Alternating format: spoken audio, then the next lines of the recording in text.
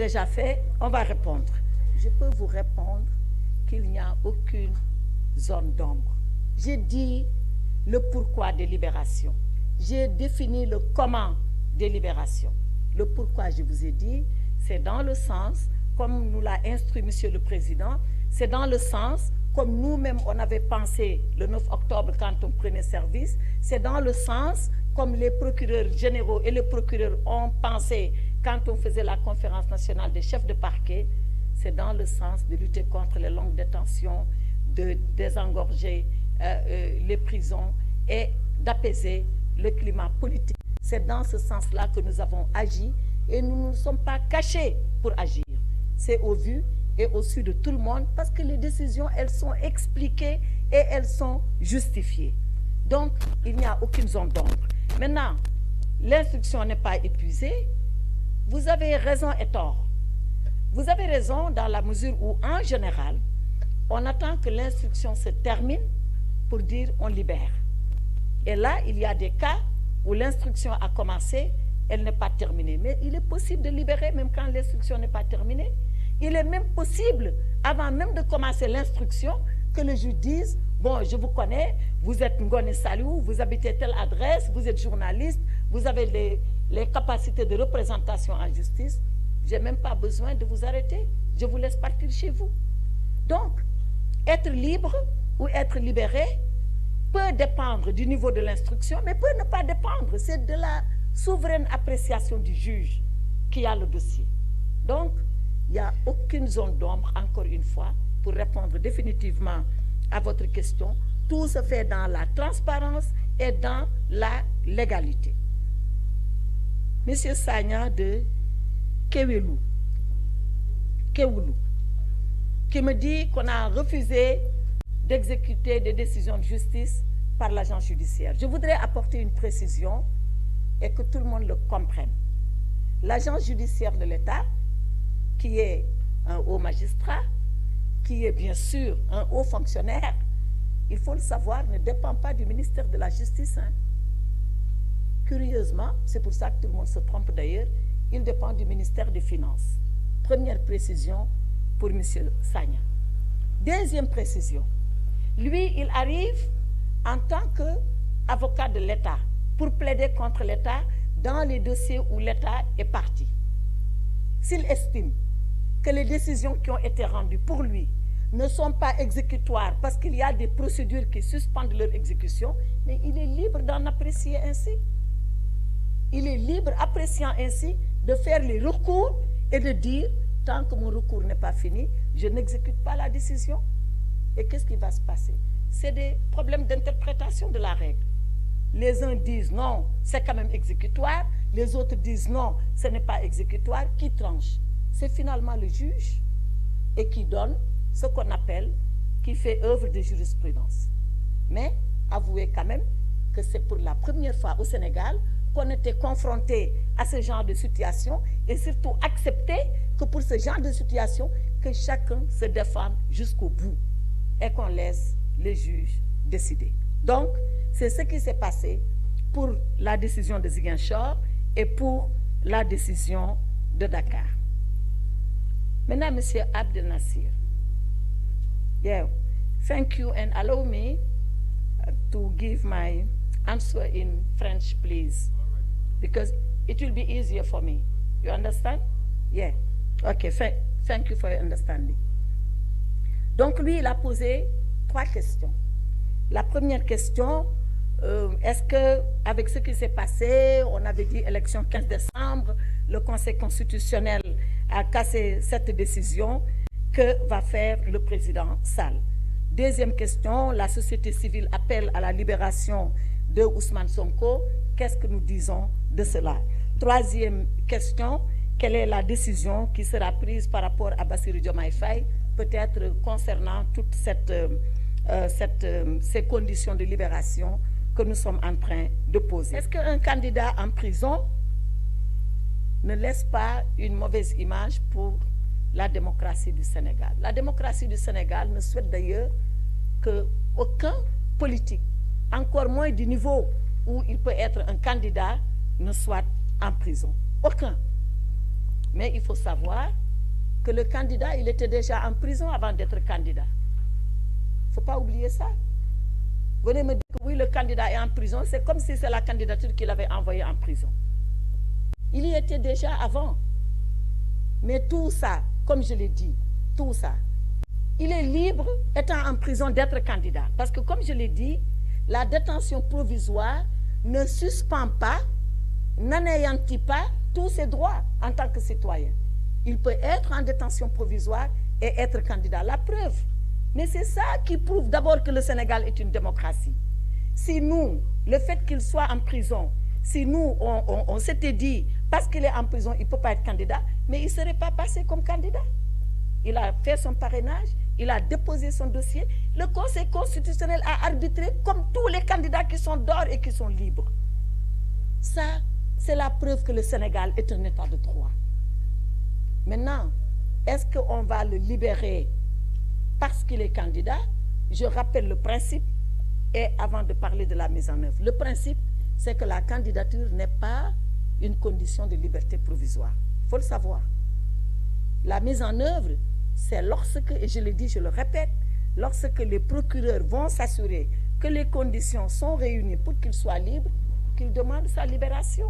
Et comme je l'ai dit, quand on arrivera à ça, il n'y a pas de problème, la liberté sera accordée.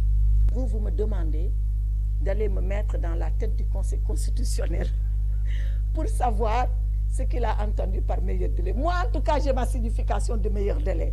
Mais est-ce que c'est la signification du Conseil? Ce qui est ici le plus important, ce n'est pas moi ce que je pense de meilleur délai. Ce n'est pas moi ce que je pense de meilleures conditions.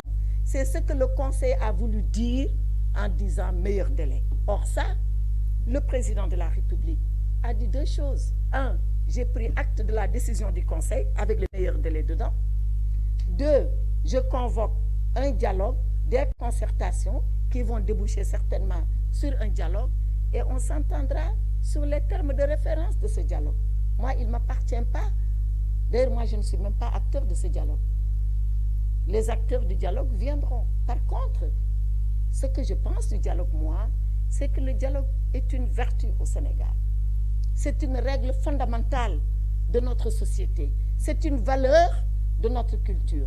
Et je voulais dire que la marche, elle est prévue au Sénégal comme droit de manifestation et par la Constitution. Donc c'est une liberté garantie par notre charte fondamentale, mais qui renvoie, pour ce qui est de son exercice, aux lois et règlements. Et c'est quoi les lois et règlements? C'est lorsque le ministère de l'Intérieur apprécie pour dire j'ai suffisamment de forces de l'ordre pour encadrer la marche, je pense que les choses sont calmes et bien tenues, bien encadrées, donc la marche peut se faire sans que cela ne porte préjudice aux citoyens paisibles qui, eux, ne marchent pas. Parce qu'il faut savoir que le ministère de l'Intérieur, comme je le dis tout le temps, c'est le ministère des paradoxes. Autant il est le ministère qui garantit les libertés, mais autant il est le ministère qui garantit l'ordre public. Et l'équilibre que l'État a à trouver, c'est toujours entre laisser toutes les libertés s'exercer tout en maintenant l'ordre public en ordre, excusez-moi, de la répétition. Et quand le ministère de l'Intérieur apprécie et se rend compte que l'exercice de la liberté peut entraver d'autres libertés en perturbant l'ordre public, alors il dit, je ne peux pas laisser passer cette marche-là. Mais si toutes les marches étaient comme la marche de samedi dernier, vous pouvez me garantir que, ou je peux vous garantir que, toutes les marches seraient autorisées. Mais est-ce que vous êtes sûr que toutes les marches se terminent comme la marche de samedi dernier, Barry? Est-ce que vous pouvez me donner cette garantie? Mais voilà quelle est la responsabilité de l'État. C'est de jauger chaque situation, de voir ce qui peut en découler pour les autres citoyens qui ont décidé librement de ne pas marcher, qu'ils ne subissent pas de dégâts sur leurs biens, qu'ils ne subissent pas de dégâts sur leur personne, qu'ils ne soient pas entravés eux-mêmes dans leur liberté d'aller et de venir. Voilà ce qu'un État sérieux, et le Sénégal est un État sérieux, mais sur la balance avant d'apprécier, avant de dire vous ne pouvez pas ou vous pouvez. Est-ce qu'un candidat en prison ne laisse pas une mauvaise image pour la démocratie du Sénégal. La démocratie du Sénégal ne souhaite d'ailleurs qu'aucun politique, encore moins du niveau où il peut être un candidat, ne soit en prison. Aucun. Mais il faut savoir que le candidat, il était déjà en prison avant d'être candidat. Il ne faut pas oublier ça. Vous allez me dire que oui, le candidat est en prison, c'est comme si c'est la candidature qu'il avait envoyée en prison. Il y était déjà avant. Mais tout ça, comme je l'ai dit, tout ça, il est libre, étant en prison, d'être candidat. Parce que comme je l'ai dit, la détention provisoire ne suspend pas, n'anéantit pas tous ses droits en tant que citoyen. Il peut être en détention provisoire et être candidat. La preuve. Mais c'est ça qui prouve d'abord que le Sénégal est une démocratie. Si nous, le fait qu'il soit en prison, si nous, on s'était dit, parce qu'il est en prison, il ne peut pas être candidat, mais il ne serait pas passé comme candidat. Il a fait son parrainage, il a déposé son dossier. Le Conseil constitutionnel a arbitré comme tous les candidats qui sont dehors et qui sont libres. Ça, c'est la preuve que le Sénégal est un État de droit.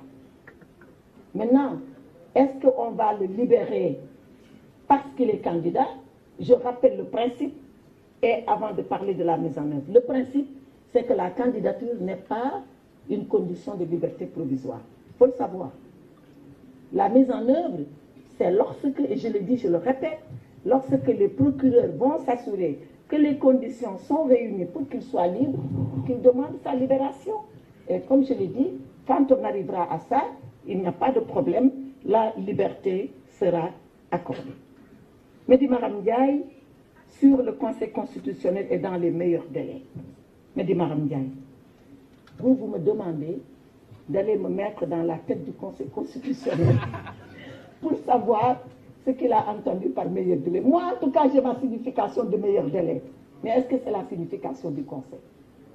Ce qui est ici le plus important, ce n'est pas moi ce que je pense de meilleur délai. Ce n'est pas moi ce que je pense de meilleures conditions. C'est ce que le Conseil a voulu dire en disant meilleur délai. Or ça, le président de la République a dit deux choses. Un, j'ai pris acte de la décision du Conseil avec le meilleur délai dedans. Deux, je convoque un dialogue, des concertations qui vont déboucher certainement sur un dialogue et on s'entendra sur les termes de référence de ce dialogue. Moi, il ne m'appartient pas. D'ailleurs, moi, je ne suis même pas acteur de ce dialogue.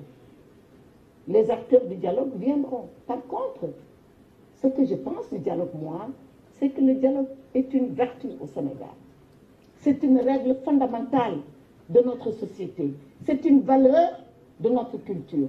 Et que chaque fois qu'on a appelé à un dialogue, moi, en tout cas, acteur politique, j'ai répondu à ce dialogue-là, quels que puissent être les auteurs, les circonstances et le cadre dans lequel ce dialogue devait se dérouler. Donc, moi, si j'ai quelque chose à dire d'un point de vue personnel, c'est de recommander à tous ceux-là qui sont appelés d'aller répondre à ce dialogue, parce que c'est comme cela que la démocratie du Sénégal s'exerce. Je le dis toujours, la démocratie, ce n'est pas des règles. Sinon, les règles, elles sont universelles. Tout le monde les connaît.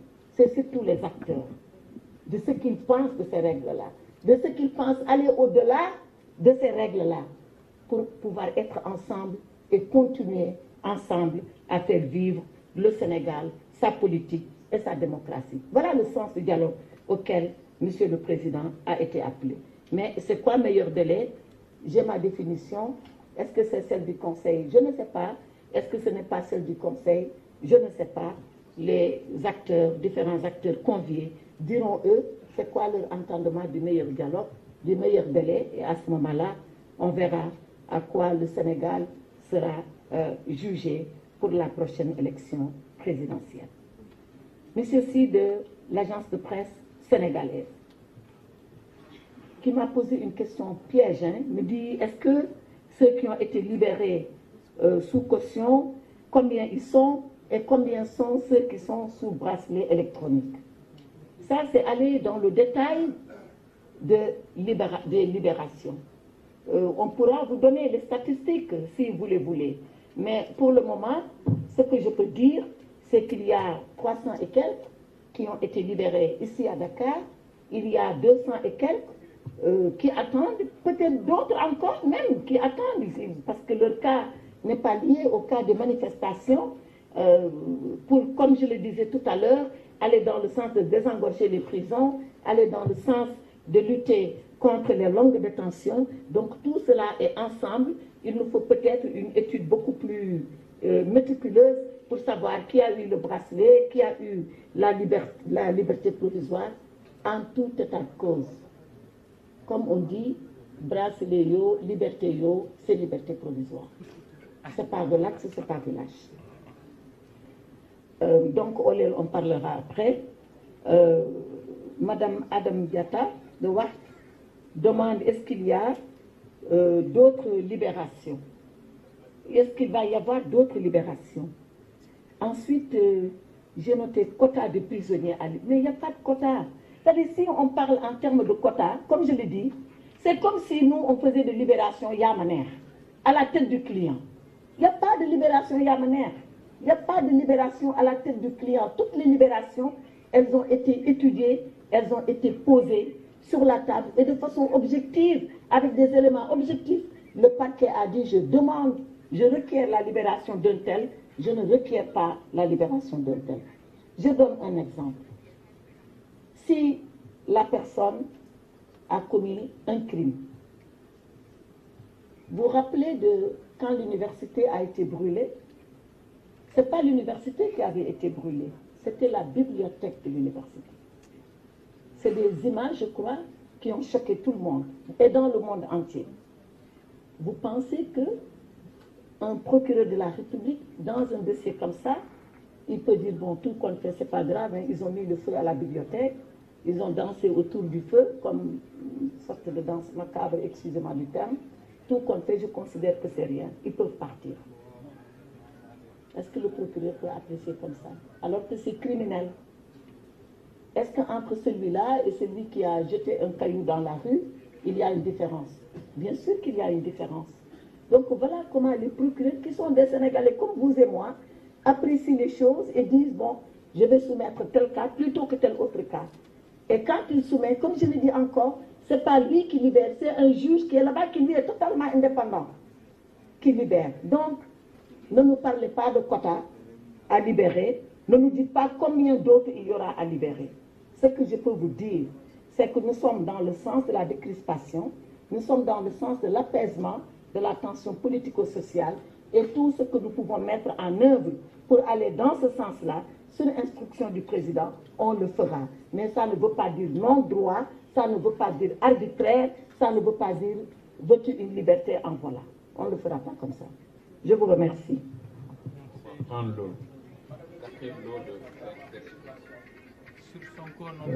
Mamadou Gaye, 313 digital. Ah voilà, le procureur général me dit qu'il y a 358 bracelets électroniques déjà posés, pas seulement pour ce lot-là. Comme je l'ai dit, nous, on y est depuis longtemps déjà. On est en train de désengorger les prisons et de donner des bracelets électroniques. Et sur ces 358 bracelets qui ont été posés, il y a 274 qui sont actifs aujourd'hui. Voilà la précision que me donne M. le procureur général. Merci.